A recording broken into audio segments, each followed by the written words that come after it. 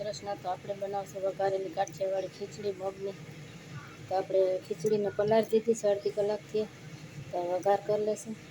તો કિનવાવાળી છે, આપણે કિનવા નાખ્યા છે અને કિનવા મગની દાળ અને ચોખા. તો કિનવાવાળી ખીચડી મસ્ત લાગે છે. તો આપણે વઘાર કરી લઈશું. આ પાણી કાઢી નાખશું ધોઈને. આપણે કુકર મૂકી દીધું છે વઘાર માટે. તેલ નાખી દઈશું. રાઈ નાખી દઈશું. જીરું એડ કરી દઈશું. લસણની કળી, એક ડુંગળી નાનકડી,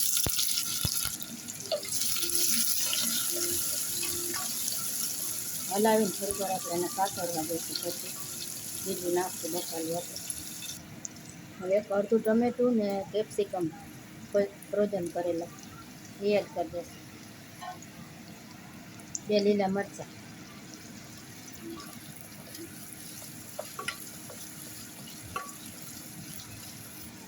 એક બટેકું સુધારીને નાનકડા કટકામાં,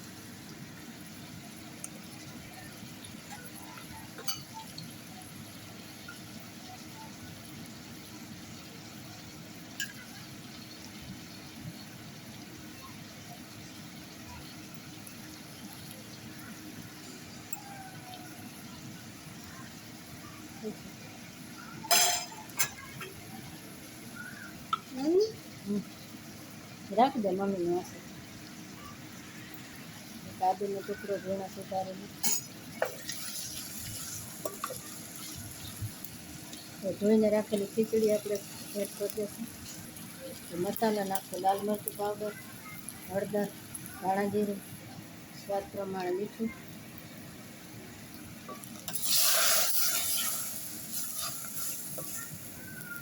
હવે આપણે પાણી નાખશું.